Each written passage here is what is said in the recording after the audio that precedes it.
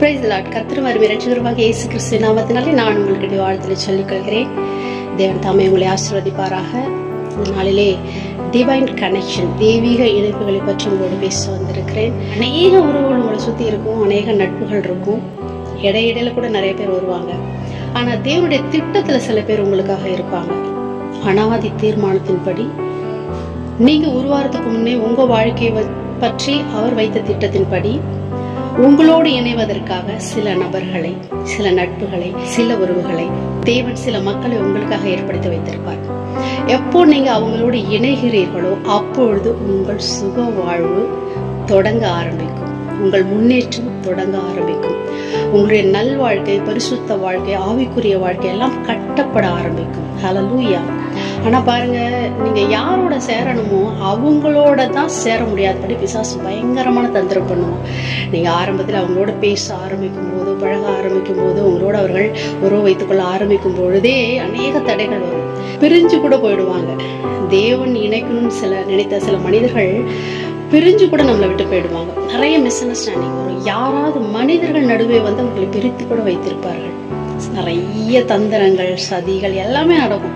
எல்லாமே பிசாசு மூலமா வருகிறது தான். ஆனா தேவன் அந்த குறித்த நாளிலே, குறித்த நேரத்திலே அவருடைய அனாதி திட்டத்தின்படி உங்ககிட்ட இணைய வேண்டிய உறவுகளையோ, நட்புகளையோ, மனிதர்களையோ கொண்டு வந்து உங்களோட சேர்க்கும் போது அதை ஒருவராலும் தடுக்க முடியாது.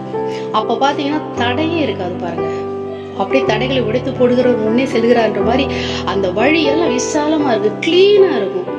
அவங்களோட அப்போ பேசவோ, பழகவோ, நட்பு வைத்துக்கொள்ளவோ, உறவு வைத்துக்கொள்ளவோ உங்களால் ஒருவராலையும் உங்களை தடுக்கவே முடியாது. அவ்வளோ கிளியரா ஆண்டவர் உங்களுக்கு முன்னே போய் கோணலானவையெல்லாம் சபையாக்கி, கரடு முரடானதை சமமாக்கி, தடைகளெல்லாம் நீக்கி போட்டு அவர் சொல்லுவார், இல்லை நான் வச்சிருக்கிற டிவைன் கனெக்ஷனை தான், நான் வச்சிருக்கிற மனுஷங்க இதுதான், இவர்களோடு நீ இணைந்தால் உன் வாழ்க்கையிலையும் உன்னுடைய ஊழியத்திலையும் எல்லாவற்றிலும் உனக்கு உயர்வு வரும் அப்படின்னு சொல்லி ஒரு ரெவலேஷனை கொடுப்பாரு. ஸோ கவலைப்படாதீங்க. ஒருவேளை இன்னைக்கு நீங்கள் மிஸ் அண்டர்ஸ்டாண்டிங்கில் நிறைய பேர் நல்ல நட்புகளையும், மனுஷர்களையும், உறவுகளையும், ஊழியத்தையும் இழந்திருந்தால் நீங்கள் தேவனுடைய சித்தத்துக்கு ஒப்பு கொடுத்து அவருடைய திட்டத்தில் நிற்கும் பொழுது இணைக்க வேண்டியவர்களோடு தேவன் கட்டாயமாக உங்களை இணைப்பார். அவர்களை விட்டே நீங்கள் பிரிந்து போனாலும், இல்லை எந்த சூழ்ச்சிகளும் அவர்களை உங்களை பிரித்தாலும் கூட தேவனுடைய நேரத்தின்படி, தேவனுடைய திட்டத்தின்படி அவர்கள் மறுபடியும் உங்களோடு இணைக்கப்படுவார்கள். அந்த உறவு கட்டப்படும். அப்பொழுது ஒரு தடையுமே உங்களுக்கு இருக்காது. கர்த்தர் இந்த நாளில் உங்களுக்கு சொல்ல விரும்புறது தான், நீங்கள் எங்கே இணையணுமோ, யாரோட சேரணுமோ, எப்படி உங்களோட முன்னேற்றம் இருக்குமோ, எப்படி உங்கள் வாழ்க்கை பிரகாசமாக இருக்குமோ, உங்கள் வாழ்க்கை செழிப்பாகுமோ, அந்த நபர்களோடு நீங்கள் சீக்கிரமாக இணைய போகிறீர்கள். அவர்கள் தடை இருந்தாலும் சரி, பிரிஞ்சிருந்தாலும் சரி, சீக்கிரமாக உங்களோட தேடி வர போகிறாங்க. இல்லை நீங்கள் அவங்கள தேடி போவீங்க. அப்போ உங்களை பிரிக்க யாருமே இருக்க மாட்டாங்க. ஹல்லேலூயா.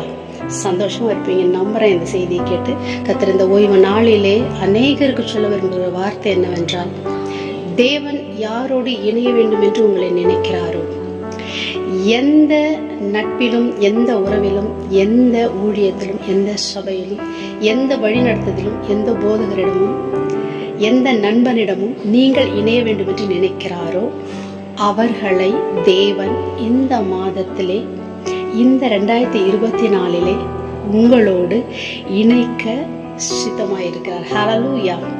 ஒருவேளை யாராவது பிரிஞ்சிருந்தா கவலைப்படாதீங்க. தேவனுடைய சித்தத்துக்கு ஒப்பு கொடுங்க. தேவனுடைய திட்டமாக இருந்தால் கட்டாயமா தேவன் திருப்பி அவர்களை தருவார். இழந்த எல்லாவற்றையும் திரும்ப பெற்றுக்கொள்வீர்கள். இழந்த உறவுகளை, இழந்த நட்புகளை, இழந்த மனிதர்களை, இழந்த ஊழியத்தை, இழந்த செழிப்பை திரும்பவும் நீங்கள் பெற்றுக்கொள்வீர்கள். God bless you. Thank you.